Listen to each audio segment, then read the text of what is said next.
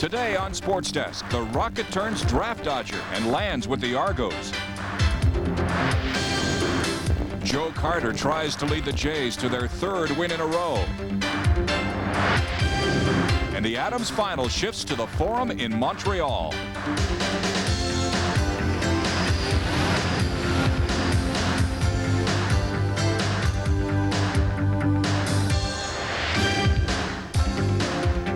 Sports Desk is brought to you by Federal Express.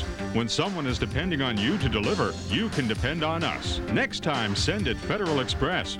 And by Goodyear. From tune-ups to tires, Goodyear takes you home.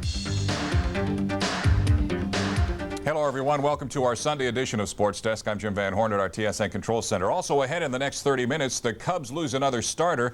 Jack makes the seniors look old, and Utah tries to jazz it up on the last weekend of the NBA regular season schedule.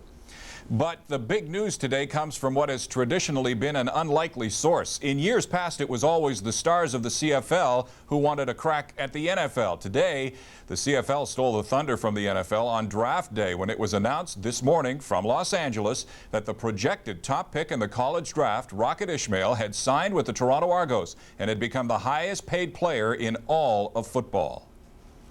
Word of the signing came down late Saturday night, just after the Rocket was seen at the Kings game with Argo owner Bruce McNall. The figures of the deal are staggering: $26 million over 4 years, with at least $14 million of that being guaranteed.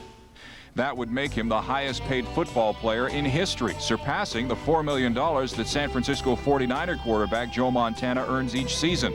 Ismail gets condominiums in Los Angeles and Toronto and will receive 10% ownership of the Argos upon his retirement. All of this for a player who finished second in the Heisman Trophy balloting as U.S. college football's top player. Of course, he did put up outstanding numbers in his 3 seasons at Notre Dame, including 4,000 all-purpose yards and 15 touchdowns. And if you ask at least one former Heisman Trophy winner turned Argonaut, the deal will be a good one for the CFL. I think the Rocket, by going to Toronto, first of all, brings a lot to the Canadian Football League. McNall has made a commitment to the Canadian Football League, but also I think he solves a problem here in the National Football League, because no owner could justify the amount of money that that #1 pick would get for what really turns out to be a part-time player, a guy who's going to handle the ball maybe 17 times a game. So I think it's good for the Rocket, and I wouldn't be surprised if we don't see the Rocket ever again in the National Football League play.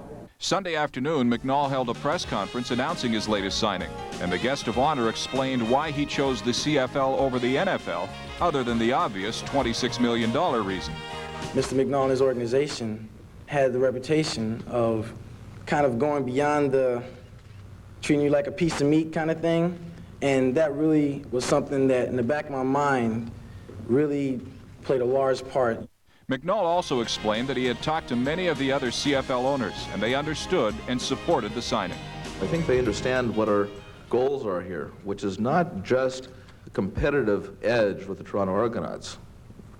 That's obviously an aspect that goes without saying when you have a player of this caliber, but it's much deeper than that for us.